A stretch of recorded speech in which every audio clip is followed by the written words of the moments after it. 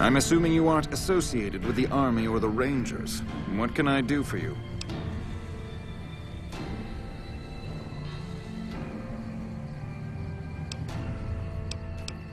In a strictly official capacity, no. However, as I am by far the most intelligent and resourceful figure on this base, I feel it's safe to say the soldiers here look up to me.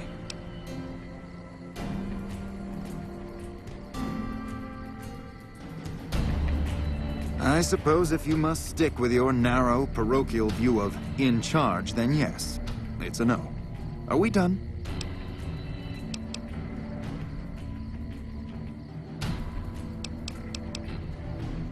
It's a simple idea. The Army offers fiscal security and generous benefits at the cost of substantial personal risk, if you're on the front line. If you perform too poorly, they'll scrub you out. Perform too well, and you get sent to the front lines. All I have to do is ride that mediocrity gradient to a cushy, do-nothing job miles away from the war. To what purpose? It's highly unlikely you'd understand anything I'd say. Suffice to say, I'm a certified genius, and when I'm discharged from this pit of testosterone and failure, I'll have all the money I could ever need. That seems highly illogical. What reason would he have for doing that?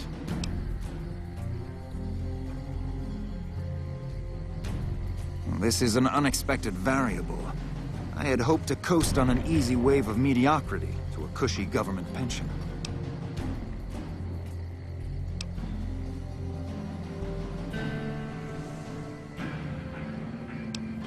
And how would you propose accomplishing such a goal? An intriguing proposition. Company readiness reports are logged on the computer systems at the resort. If you hack the system, you could alter our records. Such an attempt, however, is likely to thwart efforts to motivate the squad to do actual work. If such is your goal, you should look elsewhere.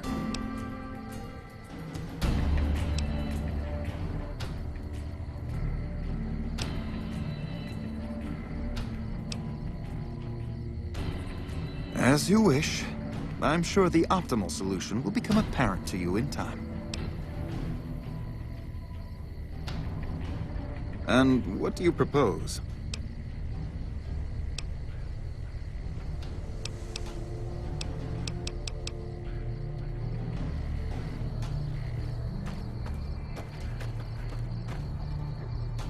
What can I do for you?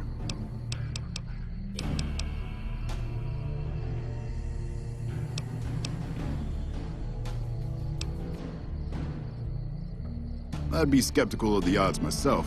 I just hope they figure it out before it comes to that. I suppose so. Sorry, this isn't your problem. I shouldn't be going on to you about this.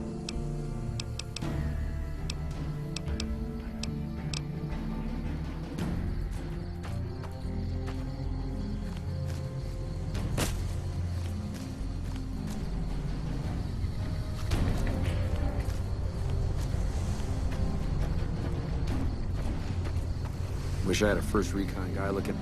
When I got this assignment, You've done an...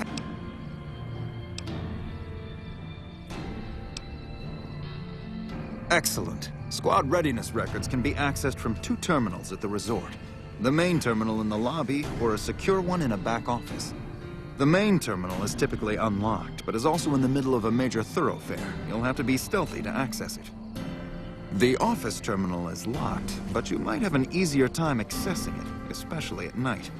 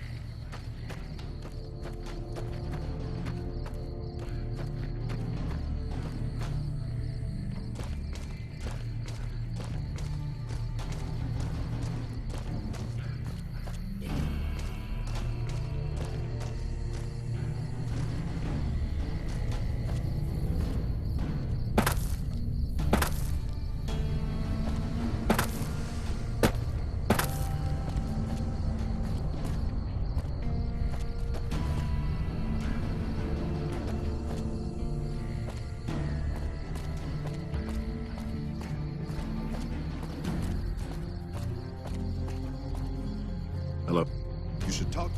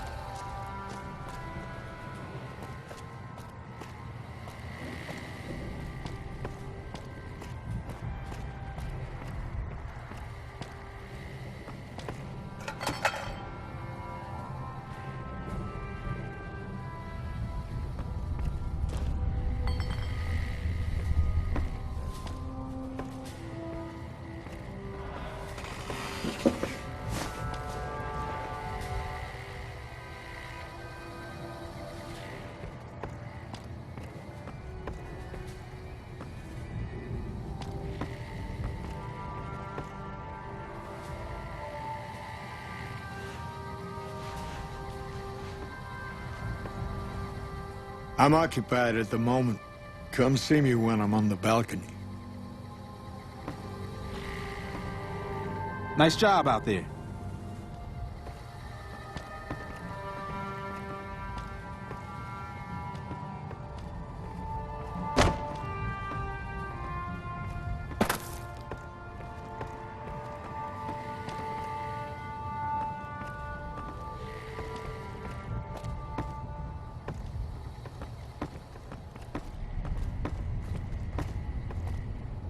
I'm occupied at the moment.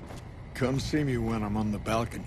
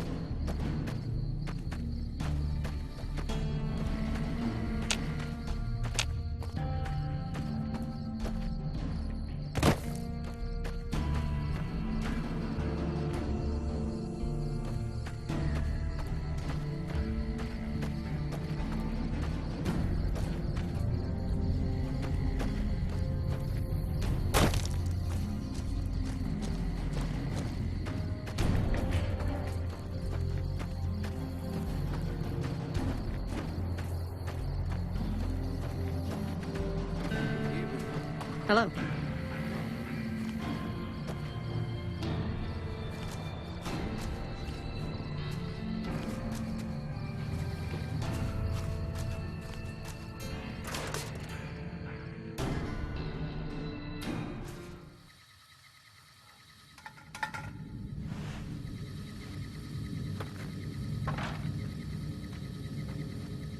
You've done an excellent job ingratiating yourself to the top brass.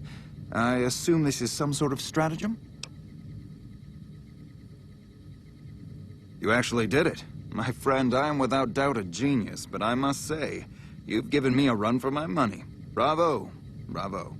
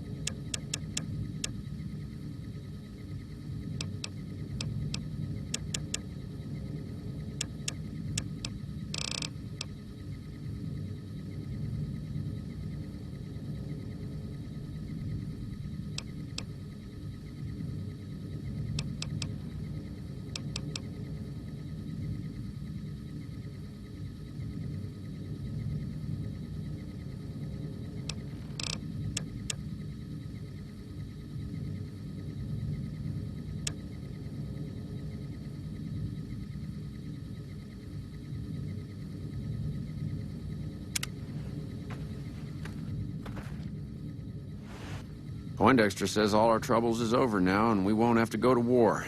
I guess that's good, but I don't understand why. Wish I had a first recon guy looking after me. What the hell happened with these readiness reports? These scores are way too high. What the hell happened with these readiness reports? These scores Excellent. Maximal reward for minimal work. are way too high.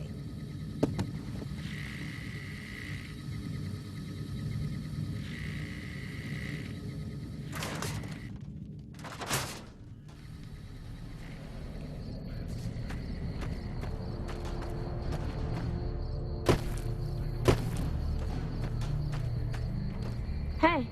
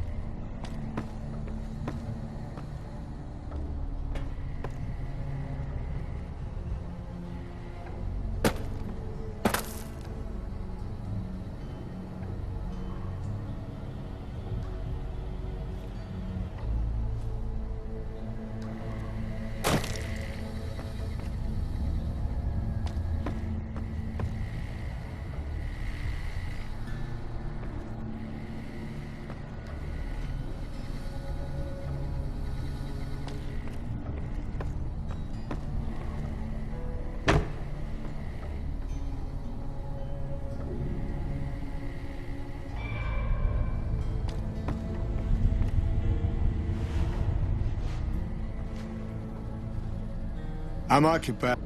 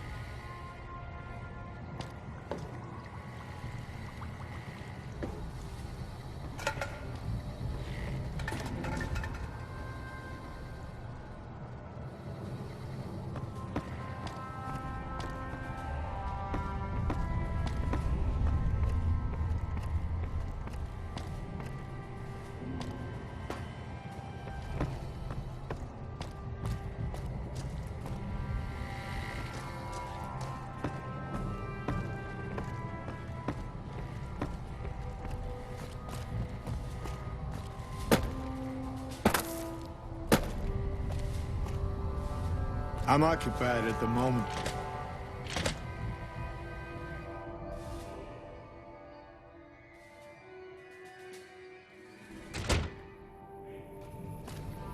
Back west, you don't see too many of these.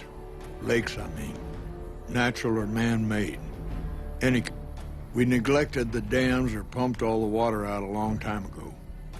Owens, Isabella, the San Luis. Drained the aquifers of everything they had. Just a lot of mud and dust now. It's a different feeling watching the sun come up over the water. Takes some getting used to. But if you're here long enough, it starts to seem normal. That's what a ranger's life is now, looking east. You must be the courier folks have been talking about. Word on the radio is that someone wronged you back in Good Springs. The Mojave has a way of burning decent people up, but it sounds like you've done right by the NCR. It's appreciated. Now, what can I do for you?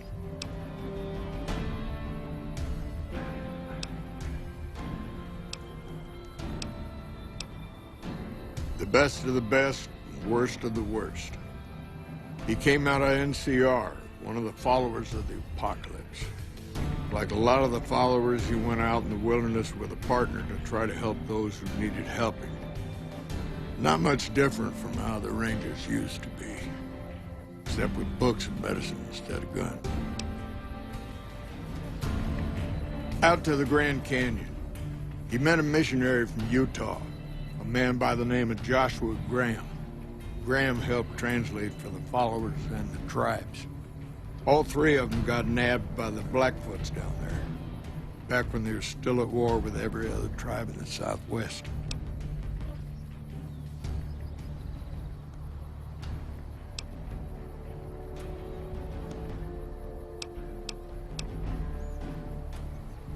Yes and no. The Blackfoots don't exist anymore. Just like any other tribe, they get swallowed by the Legion. Caesar takes the tribal out of the tribe. Scrapes and burns off tattoos, breaks up families, forces mixed breeding so all the old loyalties die away. The only tribe in the Legion is the Legion. Caesar is their chief, father, and God, all rolled into one.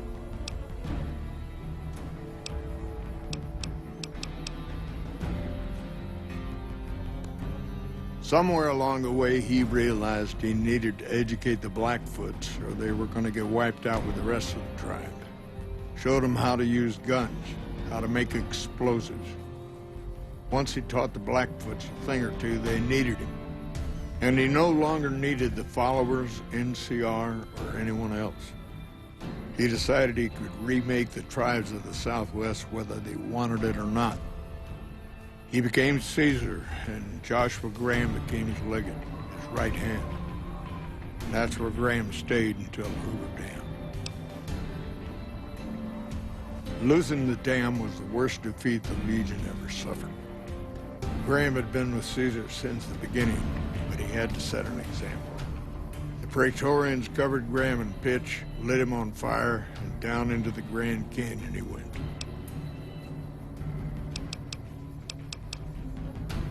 It's not that clear cut.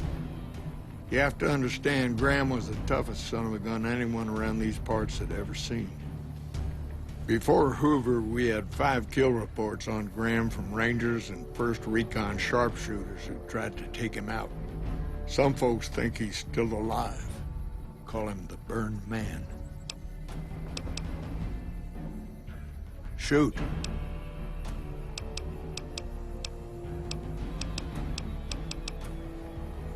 Folks around here call me the Chief, but Hanlon's just fine.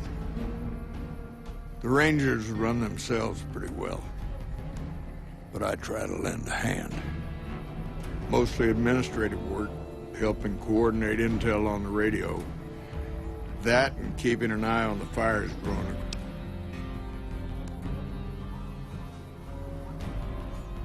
It's a simple system when it works. Patrol Rangers radio intel to ranger stations. Comm Rangers send the intel up the station chain until it reaches Camp Golf. Then I or one of the other Rangers on duty organize the data, evaluate it, and send information to camps or troopers in the field.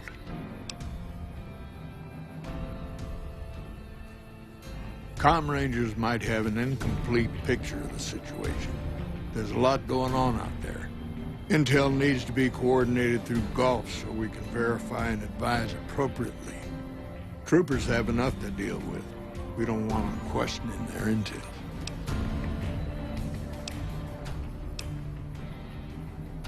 It's no secret we've had better campaigns. Holding this whole length of river isn't easy. We're stretched thin and the long 15 just keeps getting longer. Slow to get supplies, slower to get reinforcements. NCR's Senate has got funds tied up at the Boneyard. And President Kimball ordered our most experienced Rangers to chase ghosts down at Baja.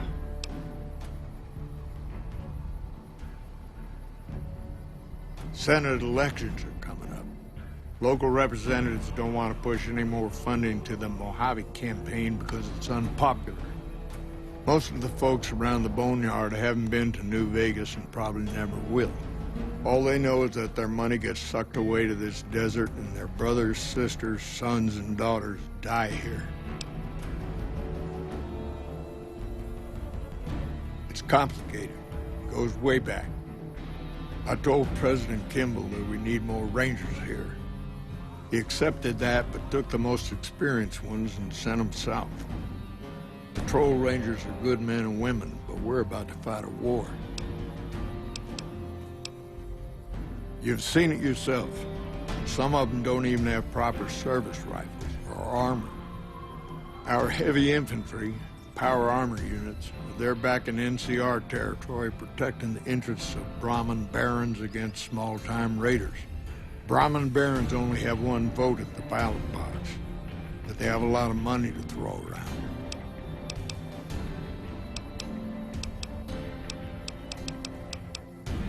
Not too long ago, they took Nelson and Searchlight.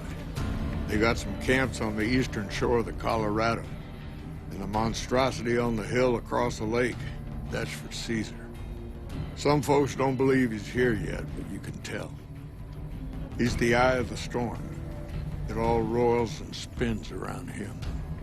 You don't have to see the man to see the effect he has.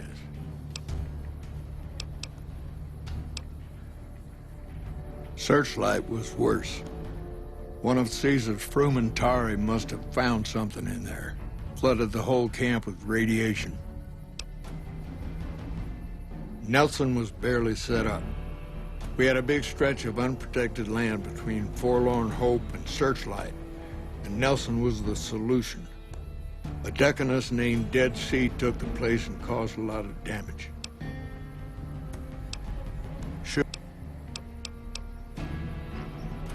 I could tell you a lot if you had the time, but at my age, I'm not sure which of us would get tired first. What do you want to know?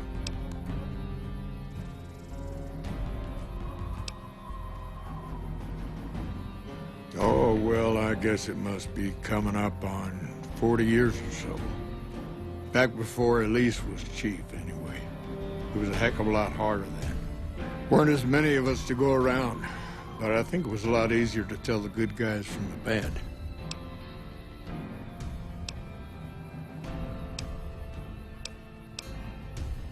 There's a lot of answers to that question, but it started with the Ranger Unification Treaty. We weren't always the only show in town. Nevada had its own posse, the Desert Rangers. They fought Caesar even farther east, out in Arizona. Years back, we met with the Desert Rangers at Mojave Outpost and agreed to help them against Caesar if they would join the NCR. Suppose it depends on if you want. It's kind of a long one, but all right. About 20, 25 years, they built this. Word got back to one of our stations that raiders had been attacking the place. I went out with 6 Rangers. We must have been on the trail for a week before we got to Rattletail. When we reached the place, it's 6 shacks set up around an old well. There's over 24 bodies lying in the dunes way outside of town, and 5 men with .308 rifles crouched behind sandbags. And these bodies, these people out in the sand, they aren't raiders, aren't even heavily armed. They're just people who were trying to get to the only well in 50 miles. I didn't have to talk to the men to see that they did not care one bit. They had planted an NCR flag over the well, and they would not budge until every last one of them was laid out dead and cold. So I walked up and told them there was a group of raiders coming, 100 strong. I made up some cockamamie name for them and everything.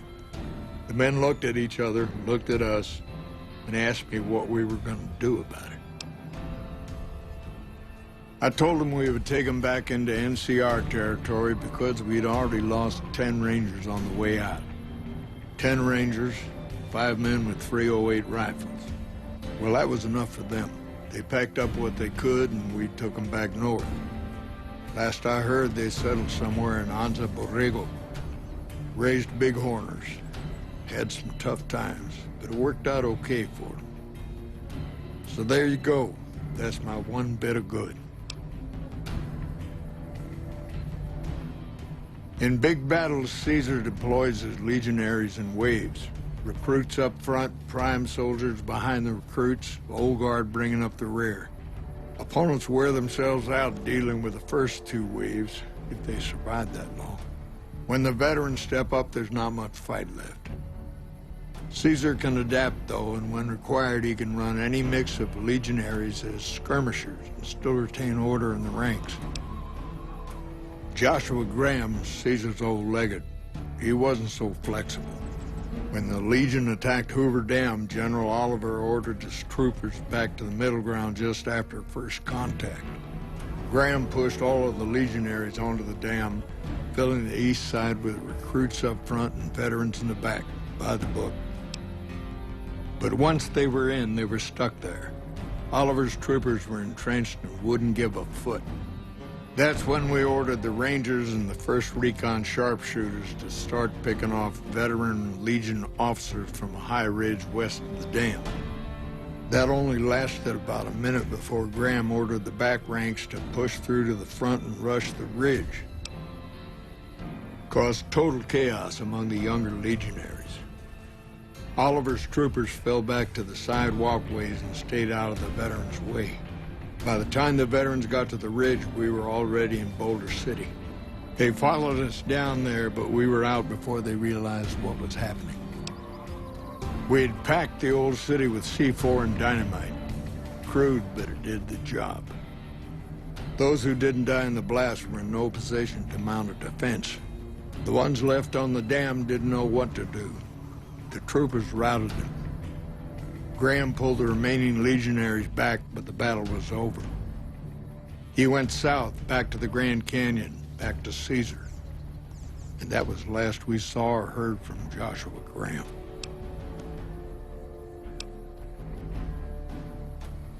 You've come back to see the chief.